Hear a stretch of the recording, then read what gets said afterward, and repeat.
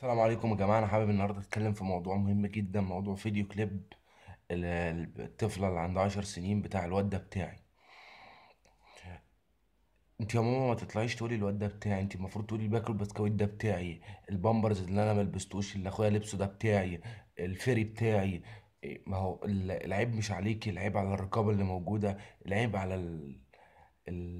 المنتج والمؤلف الجميل اللي كتب الأغنية ليكي. المفروض كان يكتب لك أغنية باكل بسكويت ده مش بتاعي، كيس الشيبسي مش بتاعي.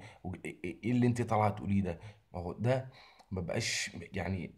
انا مش فاهم فين الرقابة اللي موجودة. ان واحدة زي حضرتك عندها 10 سنين طالعة تقول الواد ده بتاعي واسمه كاتباه على دراعي و...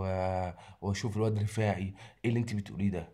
اه يعني عايزين نشوف حل. لما يكون طفلة زي دي عندها 10 سنين وطالعة تقول ده الواد ده بتاعي وكاتبة اسمه على رفاعي، ايه الاسفاف اللي احنا بقينا فيه ده؟ يا جماعة ده بقت يعني مشكلة جيل كامل، جيل كله كامل.